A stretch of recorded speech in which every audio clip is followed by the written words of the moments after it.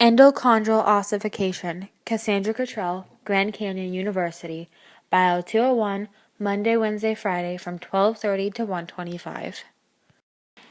Endochondral ossification is the formation of bone in which a cartilage template is gradually replaced by a bone matrix.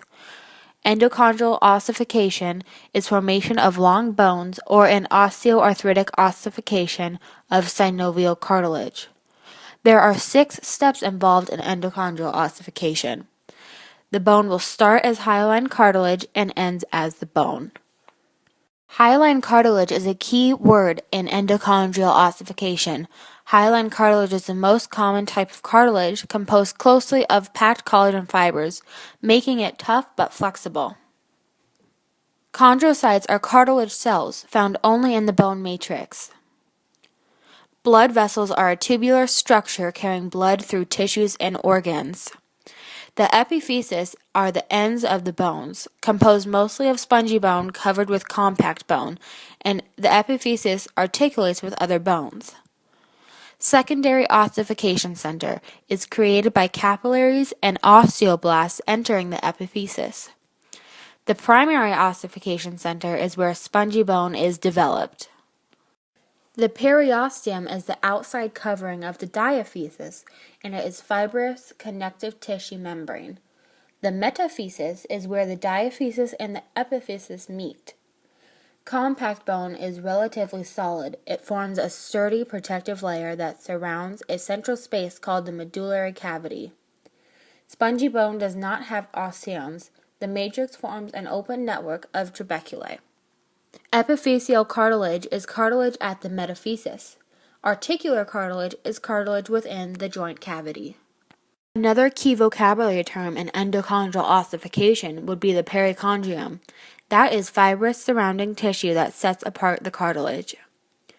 Osteoblasts make and release proteins in other parts of the bone matrix.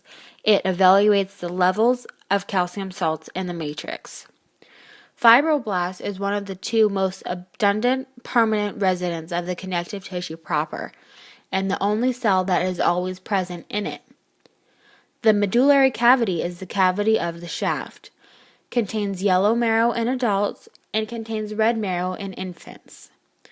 The lacunae is cavities containing bone cells, and the osteon is basic functional units of a mature compact bone. During the first step of endochondral ossification, the cartilage enlarges through appositional and interstitial growth. Near the center of the shaft, you can see the chondrocytes increasing greatly in size. The matrix is reduced to a sequence of small rods designed to resist compression that soon begin to calcify. The enlarged chondrocytes then die and break up into small parts and decay, leaving cavities within the cartilage. During step 2 of endochondral ossification, you can see around the edges of the cartilage the blood vessels start growing. The perichondrial cells convert to osteoblasts, and the shaft of the cartilage then becomes covered in a superficial layer of bone. Newly derived osteoblasts cover the shaft of the cartilage in a thin layer of bone. In step 3 of endochondral ossification, blood vessels enter the cartilage.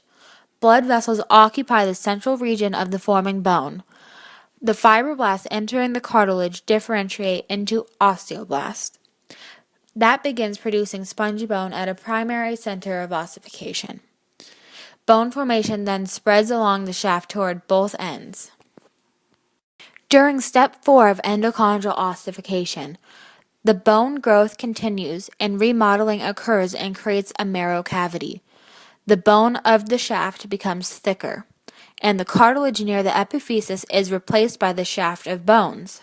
Further growth increase in length and the diameter of the bone. In step 5 of endochondral ossification, capillaries and osteoblasts enter the epiphysis, and that creates the secondary ossification center. Step 6 of endochondral ossification includes when the epiphysis fills with spongy bone, articular cartilage remains exposed to the joint cavity, and over time it will reduce to a thin superficial layer.